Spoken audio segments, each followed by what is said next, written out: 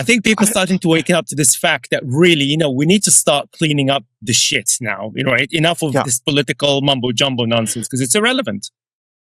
I think it is, because the takeaway line I got from Burnham was basically, we got to fix Westminster, right? Now, it's a common theme for someone to come in as a supposed outsider, right, into a system that they're going to lead.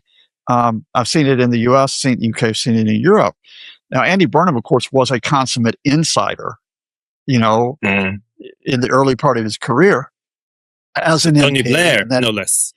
with he's a Blairite, right? And he makes the challenge. He challenges a couple times for the Labour leadership, losing out to Miliband and then losing out to Jeremy Corbyn, and then that's when he makes the move up to Manchester. Now, in a way, Manchester then positions him as, okay, I'm not on the inside in London. I'm going to achieve something different here, and I think by and large, Manchester's been a pretty good story in relation to the rest of the country in the post-Brexit, dumpster fire that the UK has found itself in. So when Burnham comes in, he is from outside Westminster, albeit only over the past few years, but he can come and say, like, we're going to do things differently here, right? Now, that is a message where if you can make it stick, goes beyond Labour and Conservative and indeed political party, because if you look at it where we are, since 2016, Theresa May is undone because of the sniping within the Conservative Party at her, especially from the Brexiteers, right? Boris Johnson does the golden age stick on, the UK under Brexit, which doesn't happen. And then, of course, Boris is seen as being out for himself, to be honest with you. Like, the laws don't apply to me. Ethics doesn't apply to me. Financial restrictions don't apply to me, you name it. Then, of course, the cabbage comes in and so Liz's 49-day reign of terror, and then that collapses as a complete ineptitude. Sunak, the Conservatives are kind of doomed at this point. So Sunak struggles on, but it's like, that's not really working. And then, of course, Starmer, Labour's got the biggest majority in modern British history. And you think, well, he's got the space to really try to do things differently, to try to get in and to get to grip with a different economic path, trying to deal with some of the social issues. And what you find is that, Starmer is very much a pragmatist. I know that, but he comes across as being reactive, right? He's just reactive to, and some of his reactions then screw up, like his move on pensions, his move on the immediate one about cutting the heating allowance, right? Cold weather allowance. And then he has to react to that. And he's just never on the front foot. What Burnham's saying is, I'm going to go on the front foot. I'm not going to play by the rules that previous governments have done. And let's see if we can get to course. He's got to deliver now. See, that's the thing. Yeah. And the problem here is that I talked about it, I think, with a couple of other outlets recently. It's like the time is compressed now. Because of the social media environment, the time's compressed. We used to say first 100 days in the U.S. to mark out what a president was doing. And now it's like, what do you want to bring that down to? First month, first week? And you gotta do something to show the punters that you're serious about this. Yeah. So I hope he succeeds. And I'm saying that beyond party. I hope he succeeds because I still am deeply attached to the UK and I just want to see it be a better country. And I got to say that, just riffing off of this week, I did on Scott Lucas Worldview. I did a couple of stings on Instagram recently, and then on YouTube Shorts. And these are like 2-minute pieces. One was when Starmer resigned, and then the other one was talking to a Polish outlet about the 10th anniversary of Brexit. And I'm like, look, guys, Brexit was an emotive. It was an emotive decision. It wasn't born out of sensible economic, social, political calculation. It was a little England decision.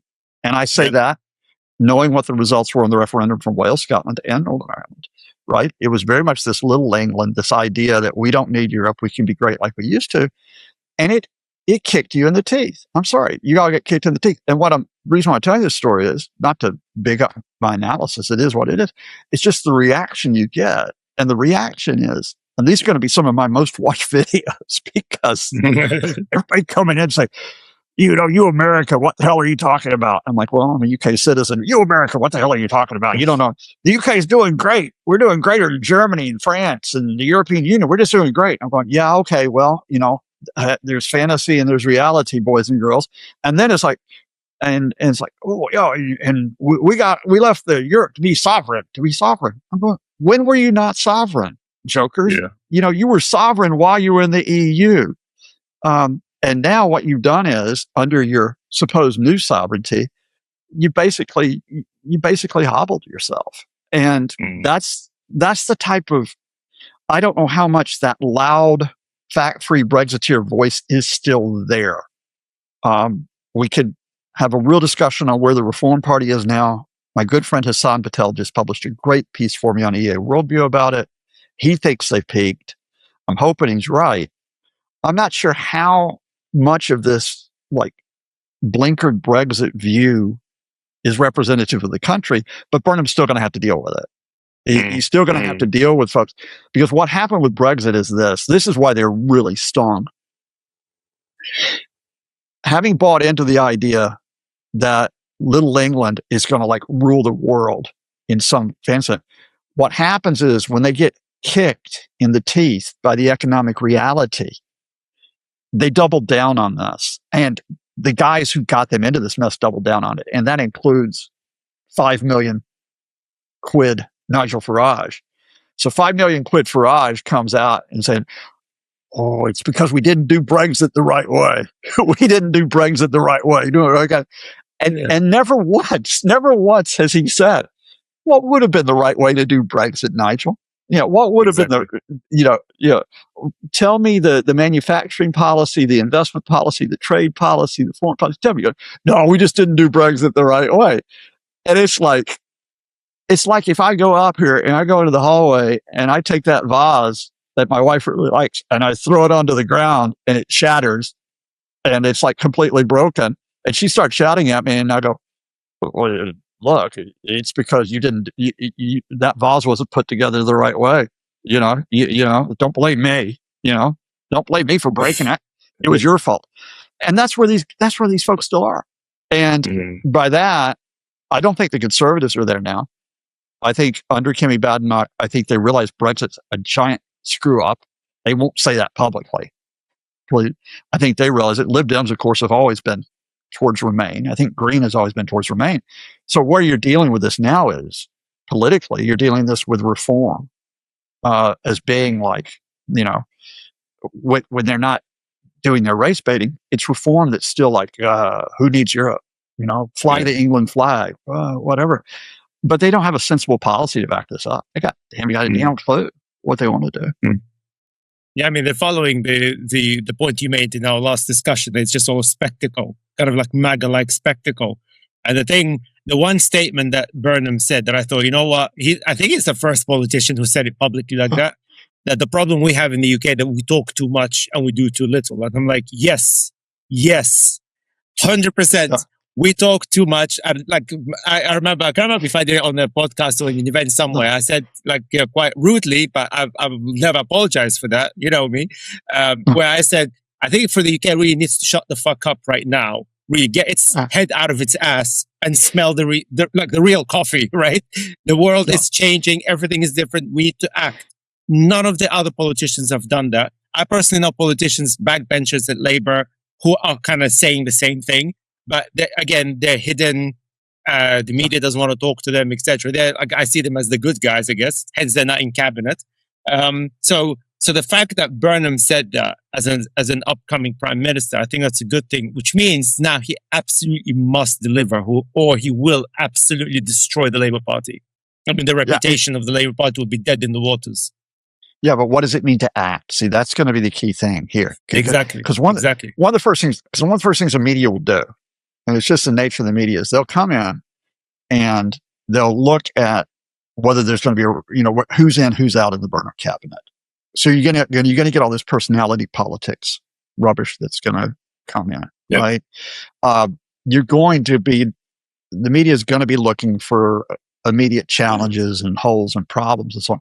He's got to get on the front foot, which is now what he did yesterday, which was interesting as a general idea, is all right, we're going to give more power back to the cities and the regions, right? You know, and again, it's like you can play off that idea of look what Manchester had done, look what more cities can do if the central government, you know, empowers them and so on. The problem here is ever since I moved to the UK in the 80s, I heard this idea of empowering the regions, even as government centralized power. I mean, Thatcher said it, even as she was like basically getting rid of the Greater London Council and reducing the powers of London Council. It was, here's regional development funds. You know, Blair did the whole stunt as well, you know, and we've had the Northern projects. Look, you gotta back this up properly. You got to back this up in terms of what does it mean to give power back to the regions? What does it mean in terms of their budgets? What does it mean in terms of cooperation on infrastructure? What does it mean in terms of the balance between Westminster legislation and the autonomy that local authorities have? Because we've had a couple of major regional projects, of course, that have absolutely gone pear-shaped recently, like HS2, the rail network. Yep. You know, and it's like you can't afford screw-ups like this. So you can see me hedging here. And I think I got to be honest with you. Part of the reason why I'm hedging is the Starmer campaign was such a damn disappointment. They always were. And I'm just going to repeat the one thing I've said at loads of interviews. You get to hear me say it again. You know, when you talk about acting and getting on the front foot, here's what you do not do. You do not go in and as your first action when you're starting someone say, oh, well, we're not going to rejoin the single market. Yeah. Like, okay. You just absolutely handcuffed yourself, bro. Even though he said, by the way, he did say publicly, and in fact, one of the guests I had, Roger Wade, very well-known entrepreneur in VC, he held an event and Starmer told him in public to his face that he's going to sort out Brexit. And then and of course, after the elections, you know, Roger was absolutely livid because he did a complete 180. So he actually promised it publicly. So, and I think that's one reason again, one key reason people thought, you know what, you betrayed us basically. And I'm hoping that Burnham comes. I know where Burnham comes in and says, look, I am open for discussions with the EU. Doesn't have to say we're going to rejoin the single market. But he says, I'm open for discussions on the EU across the whole board here in terms of and he's going to need to do that as well because the EU doesn't necessarily want the UK back in right now. I mean, they do not want that, and they're certainly not going to be. They're certainly going to. UK is not going to get back into the EU on the same terms it had before it left. Yeah. So you might as well realize that and get in. And again, you can tell that my Brexit friends, and I've learned so many new names about myself in the past 24 hours. You tell my Brexit friends, you're like, I'm going to turn around, Brexit kids, and say this right now. You tell me your big significant trade deals that you got, right, to cover for this. You didn't get that U.S. trade deal, did you? Now, that has, and this is actually to the credit of Labour, they did get the trade deal with India. Now, it still has to be fully confirmed. But they have got the trade deal with India, which does make a difference. That does cover some of the damage that's taken place. But you got to go further. You got to get back. You got to get back into the European market. It's pretty straightforward. Well, the thing is, you can't really secure any good deals with anybody when you're in a weaker position, right? And of course, like you said, you know, Brexit Britain is not the same Britain that was in the EU, which had, again, for the Brexit lovers out there, not only that we had sovereignty, we had control. We actually had very powerful, like we didn't just have a veto. Like the UK could simply say no to something and the whole EU would literally not be able to do anything. You know, I mean, well, that's the case with most members, but the UK had such significant power that the EU simply could not. I mean, we weren't actually the rule takers. We were the rule makers. Now we're the rule takers, like bunch of losers that we are now because we're outside the EU. And we've got no say whatsoever. And remember that the EU has, and this is a very different EU from 2016. It is very different now because of the effect of Ukraine and what's taking place. You know, it used to be, okay, we're looking at the French-German axis. It's not that those two countries that are rolling everything because of the shift with Eastern European countries and Central European countries, some of whom are doing quite well economically, Again, one of my new friends comes in and goes, "Oh, the UK is doing better than any European country in terms of GDP growth." I said, "Yeah, really, bro? You want to look at that? Look at the 2026 projection. UK GDP projected to go up 1.1%, Poland 3.5. Now, you tell me who's doing better coming out of that, right?" So both politically, because of the focus on Ukraine, and economically, there's a shift in the power relationships. There's a shift also because you can look up in terms of what's happening with the Scandinavian countries beyond the EU. Talk about talk about the Norway model as an alternative one.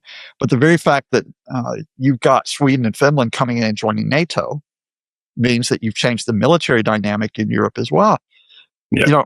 All of that's going to be on the table if when the UK re-engages with Europe in terms of what takes place. And it's interesting. The one thing where the UK has benefited, and I'll be interested to see what happens, and I'll tell you a bit of breaking news, because I find it very confusing.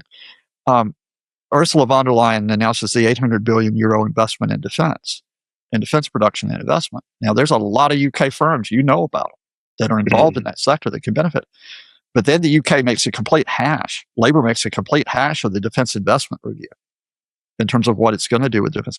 All of a sudden, Starmer comes out and announces in the past 24 hours, okay, I figured out the review. We're going to increase our defense spending by 15 billion pounds as of 2029.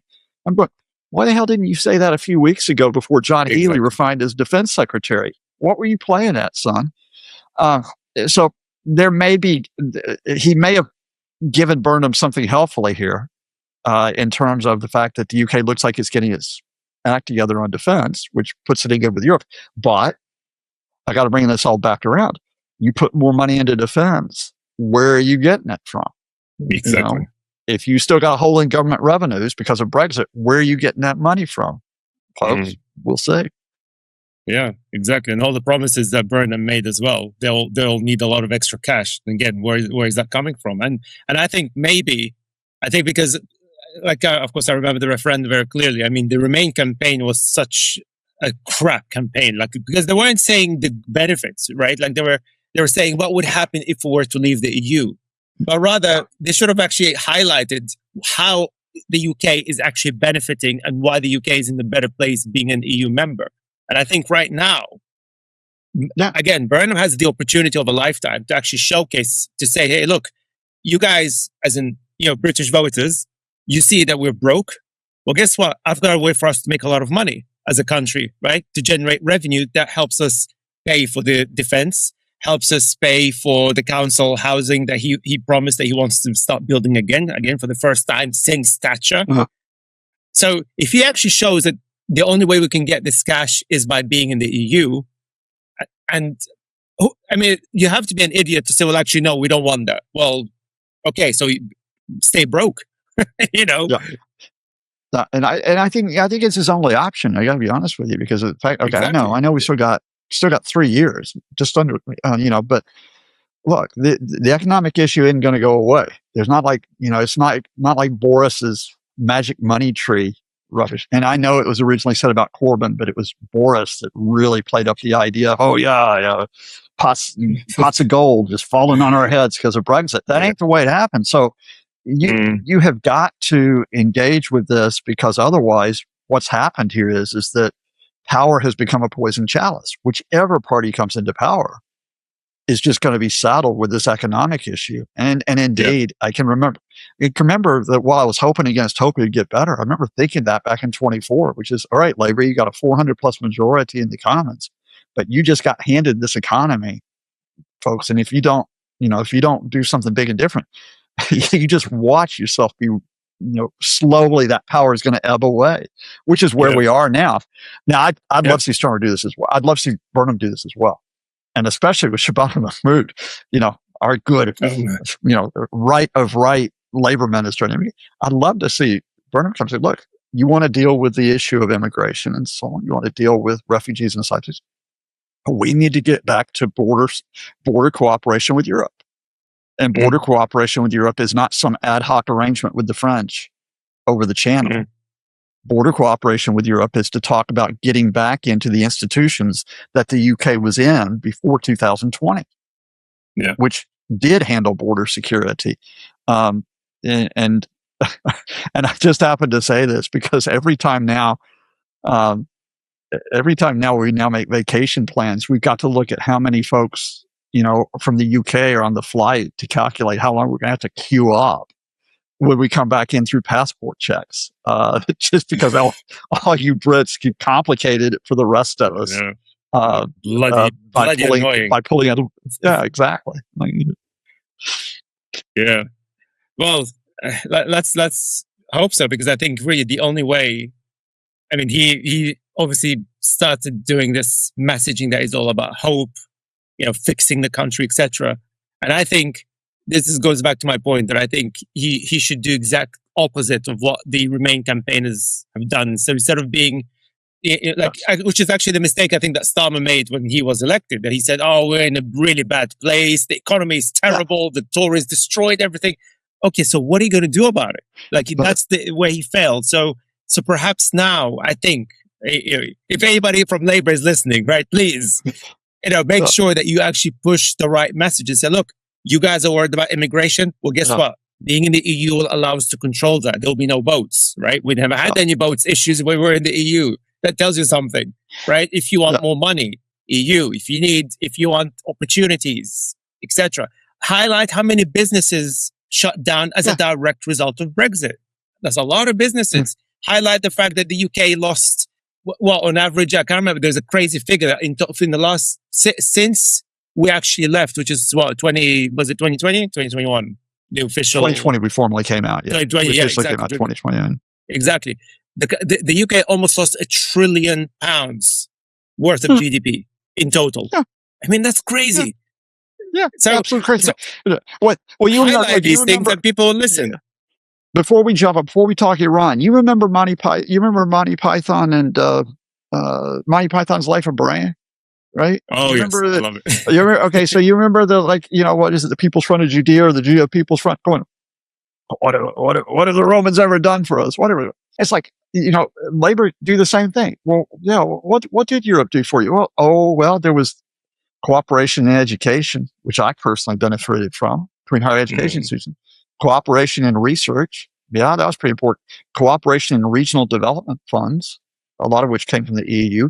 Cooperation in agricultural development funds, some of which came from the EU. Cooperation, as I mentioned, in terms of security arrangements, where you're talking about from the EU. Cooperation in terms of tourism and hospitality sectors, which in part was because of the mobility of workers from the EU who helped build the sector. Support for the NHS and care sectors, again, because of EU. I could keep you here for the full hour talking about the benefits. Now, I know the EU can be a pain in the backside in terms of it takes time to get things done. You got to get 28 countries, as it was then, to agree and all of that. But things did get done. And I'm going to add one other thing. I'm just going to add, look at here. And that is, I was in a debate I was an analyst on a debate, which was Polish TV station, TVP World. Because as I said, they're big EU folks out there now. And they made the pointed comment, look at how many countries are wanting to come into the EU. Come further into it. And we are talking about, there's another, the EU's at 27. There's another 12 countries that are on various stages of candidacy. They should come in, right? And then, so you got 12 wanting to come in. How many countries in the history of the EU have left? One. Now, think about that. Yeah. Think about that. Why would countries want to come into the EU and only one would want to go out?